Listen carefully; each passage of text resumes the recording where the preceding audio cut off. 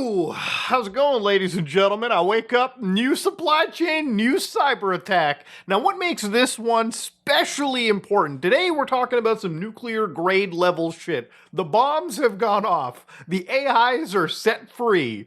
You know, Google is one of those companies like Microsoft, like a lot of these big tech companies whose jobs it is to make sure the internet is genuinely safe, to make sure that a lot of these cyber attacks that are happening aren't really as bad as they are. So sometimes Google, for instance, will do a lot of analysis on the internet, and they'll find that, whoa, we were checking the local criminals the other day, we were just checking on what's going over there, and it turns out they're leveraging some AI for developing malware, which is not really shocking. I've shown you how this stuff has happened in the last, several months, in the last several years on my channel. But here they basically said that they found that prominent cyber criminals were partnering to basically plan a mass vulnerability exploitation operation. So our analysis of exploits associated with this campaign identified a zero-day vulnerability implemented in a Python script that enables the user to bypass two-factor authentication on a popular open-source system administration tool. Now that shit is scary, and obviously they have done everything they can to make sure that this is mitigated. They've talked to whoever is behind this tool. They haven't even mentioned the criminals over here. But they said that they don't believe that Gemini was used, but based on the structure and content, they have belief that obviously they use an AI model because, generally when you use an AI to code things for you or write stuff, its output is frankly pretty understood. Like, people know what AI output looks like. So basically the idea is this spooky hacker uses an AI that's basically available to everyone, writes a zero-day vulnerability, identifies it, and then basically bypasses two-factor authentication by using that vulnerability. So we are now in the day and age where AI is basically being used as a fucking super weapon to attack basically every part of the internet. You might be like, Muda, what can I do? The reality is nothing. We live in scary, scary digital times, my friend. The only converse to this is, obviously, there's a lot of AIs that exist that allow us to patch these issues before they become problematic. In fact, a lot of artificial intelligences have been used to basically identify a lot of scary Linux malware. You probably have heard of things like copyfail, but there's also other malwares that exist out there too. Malwares like Dirty Frag. How one letter is really pulling a lot of weight there. But ladies and gentlemen, this specific malware over here is so nasty that, anybody that tells you my Linux computer can't get malware, I've never made that claim. I never even pushed that claim because anything could get infected. And in this case, if you had a Linux system, whether it be from years ago or literally as of a few days ago, you were infected with a malware that could allow any person to take actual root control of your system. And the thing about it is nobody really identified this until, of course, an artificial intelligence was used to analyze the code base, and it found a specific pattern that other people basically overlooked. So that's kind of the general understanding over here. Now, obviously, should we test if my system is guilty for this? I'm not somebody that recommends you run crazy malware on your system, but I've done my due diligence, I've done my homework. Let's run a little dirty frag and see how dirty my system is. And look at that, ladies and gentlemen, running this one command that downloads this repository, basically copies it to a directory, builds it, gets access to the root directory. Yes, even my Linux system, my main system, was actually exploitable. Now, obviously, there are ways to fix this. I'm going to back out of this. I'm also going to basically clear my caches so my system retains some stability. Now, all that said, ladies and gentlemen, update your systems again. Now, to go back to the earlier point that I made, look, artificial intelligences, while they're used for some really naughty things, ultimately, at the end of the day, there are ways where artificial intelligences can be used to help fix things. So, for instance, right over here, I actually got an artificial intelligence that's running locally on my system to analyze my computer and actually write me a report that showed me that my computer was actually vulnerable right over here, but also it gave me the exact information on how to basically mitigate my system's vulnerability, and also how to basically patch my computer. So even if you have no idea how any of this stuff works, it's crazy that anybody can load artificial intelligence these days and basically ask it to do things like, hey, I'm fucking stupid. Can you tell me if my computer's vulnerable?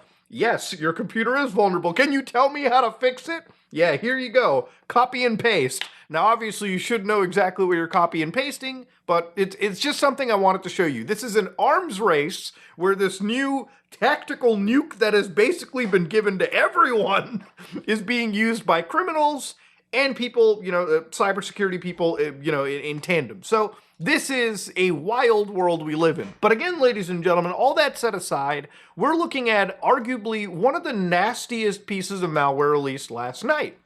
So this is something known as TanStack, which is one of the most popular NPM packages. Now you might be like, NPM? I recognize that, Muda.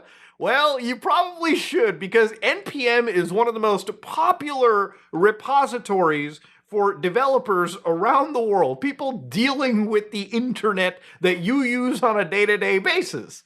Well, this whole repository has been under attack by a group known as Team PCP, who basically have launched something known as Shai Halud, which is not, based off of the name from Dune, but this is effectively a worm that the team is so gracious that the hackers behind them, yes, I'm not joking, they open sourced the fucking worm that has been destroying the internet. So I guess people can download it. Is it vibe coded? Yeah. Does it work? Let the results speak for itself. Now, should you use this worm? No, stay far away from it. I just found it insane that the community behind it has apparently open sourced their destructive product. But basically, what happened last night with something known as TanStack? Well, according to the fellows over at TanStack, basically last night, middle of the night, attacker published 84 malicious versions across 24 different packages. How did they do this? They used a malicious pull target request from GitHub Actions, basically poisoning their actual forks, poisoning their, systems, and effectively distributing this to millions upon millions of people potentially, right? Like, it's fucking crazy. So basically, according to the fellows over at TanStack, when a developer or a environment runs npm install, pnpm install, yarn install against any affected version, npm resolves the malicious optional dependencies entries, fetches an orphan payload committed to the fork network, runs its prepare lifestyle script, and then, of course, executes a 2.3 megabyte obfuscated, meaning that, it's designed in a way that it's intentionally harder to read because it's, of course, malware. If you could open it up and see, wow, that's malware, you probably would not be so keen on running it. So, of course, obviously, it harvests credentials from common locations. And then, of course, ultimately, it then exfiltrates these to a server that these people run. And then, of course, it self-propagates. So it spreads itself because it is a worm. That's its entire job, to start from one point and end up God knows where. And of course, ultimately last night when the nuke dropped, motherfuckers were like, yeah, boys, we're fucked. We're screwed. We've got a security incident. You better freak out. I mean, this is a great visual representation of what it's like to effectively use any form of, like, the internet. If you look... So to show you guys what a visual representation of downloading NPM package, or any package on the internet these days in the world of AI, think of it like a game like Minesweeper. You're safe, you're safe, you're safe. Oh, we're safe so far. Ooh, I'm safe here too. I'm actually safe there. Oh God, I'm infected. Except you don't really see the bomb go off. After the bomb has done its job, then you realize, whoa, I'm sitting in a nuclear fucking crater, guys. This ain't a good thing. But a great write-up from the guys over at Wiz basically said that effectively what happened was TanStack was compromised because the attacker made a fork of the router specifically. They renamed it something like ZBLGG configuration so that, if you were to search it up, you'd be like, oh, that's different. It's not the same thing. Who cares? And then, of course, they open a pull request that triggered the pull request target workflow from GitHub, And then, of course, that workflow checks out, executes the code, which poisons the GitHub Actions cache with a malicious PNPM store. So when legitimate maintainers were later merged to main, the release workflow restored the poison cache. So attacker-controlled binaries then extracted the OIDC tokens directly from the GitHub Actions runner's process memory. So it sounds really complicated, but it really isn't. I mean, it is complicated, but to give you an idea, these people basically abused a lot of different chains, a lot of different vectors, and grabbed tokens that they absolutely shouldn't have grabbed. This is again a bad situation, right? What they're going after over here is the developers, the people running the back end of the internet. See, you might be like, what can I do, Muda, about this? Am I hacked? The reality is these people are finding ways to attack you by attacking the people who write the software that effectively everything runs off on the internet, right? You probably interact with a lot of the software without realizing that you interact with it, right? It's like, do you ever ask yourself, what the fuck runs in the background of the internet? What runs? Like, what am I connecting to? What programs am I using without actually realizing? Well, a lot of the biggest web front ends that you use utilize these packages on a day-to-day basis. You don't think about it because you don't see it, right? It's really the developers that are interacting with this day in and day out. And of course, this not only hit, again, TanStack, but it also hit some of the largest AI companies in Europe, for instance, known as Mistral, right? And again, the hard part about this is that ultimately the AI developer coding that happens, the malware specifically targets and hooks into things like Claude code, things like VS Code, and again, it's situations like this that end up leading to a lot of actual danger.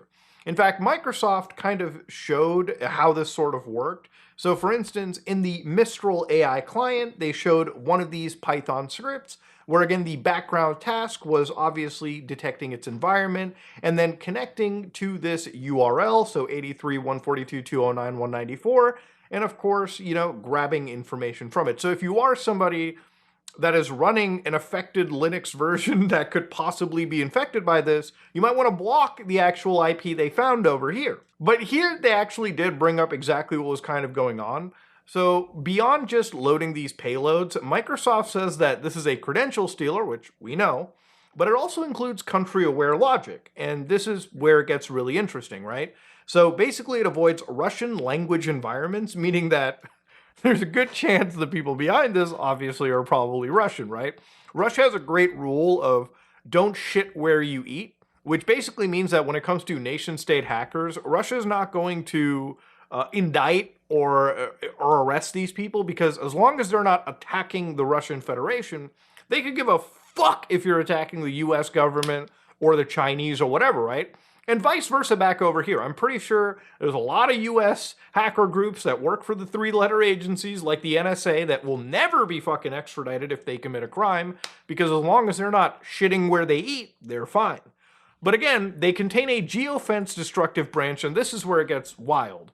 They have a 1 in 6 chance of executing remove fucking everything, that's what the command will do, when a system appears to be in either Israel or Iran.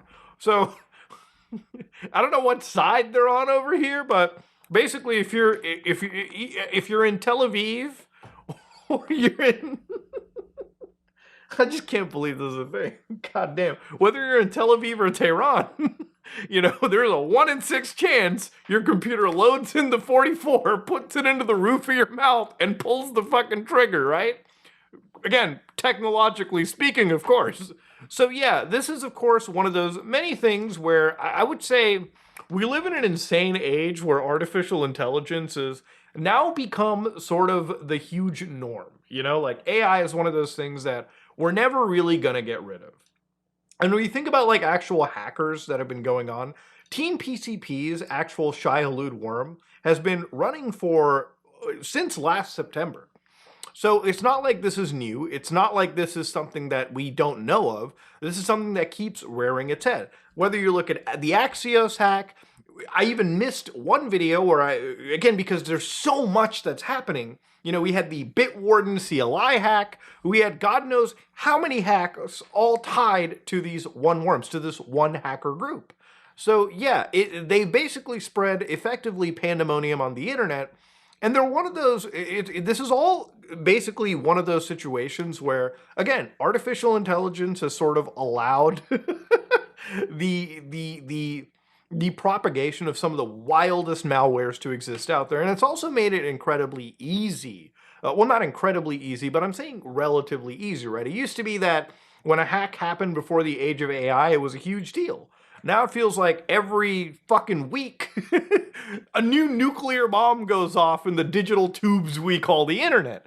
And of course, this stuff does have real world ramifications. Again, with a lot of these AI hacks that happen, these people are able to find 0 days and exploits that potentially could be used beyond just these NPM packages. I mean, when we're talking about a world where critical infrastructure, hospitals, the shit we use on a day-to-day basis is tied to the internet, it's incentivizing a lot of these people, a lot of these hacker groups that now have all of these crazy AI tools that can help them, again, research targets, write exploitations, research exploitations, laterally move around networks, maintain persistence. A lot of these things are possible now because these people have access to artificial intelligences that they can help with the automation, help with the, basically cut down on a lot of the grunt work and time when it comes to hacking these systems, right? And the thing is, even if you're like, what about the companies that are distributing these AIs, like Google and Anthropic and all these guys? What are they doing? Well, they're obviously doing what they can to stop these guys, but it's not that easy. A lot of these hackers will find ways to jailbreak these AIs and use them for nefarious purposes. And even if you completely cut off their access, they're still going to be able to download artificial intelligences like I've shown you here on my channel numerous times and still use these systems to find a way to infect people or write code. Again, the further we go on in this world of artificial intelligences and LLMs that we live in, the more riskier it becomes to be somebody sitting on your computer and not try to get hacked, okay? Again, the ultimate thing about this isn't really being defeatist. This is one of the reasons why I talk about self-hosting and self-reliance and constant security, because if you're not doing this already, okay, there's a good chance that you're going to be a victim of something going down the road, right? So the further you cut your reliance on a lot of these external tools, the further you remove yourself from a lot of these external tools and external dependencies, the better and safer your digital life becomes going forward. If you like what you saw, please like, comment, and subscribe. Dislike it if you dislike it. Wild day today. I'm out.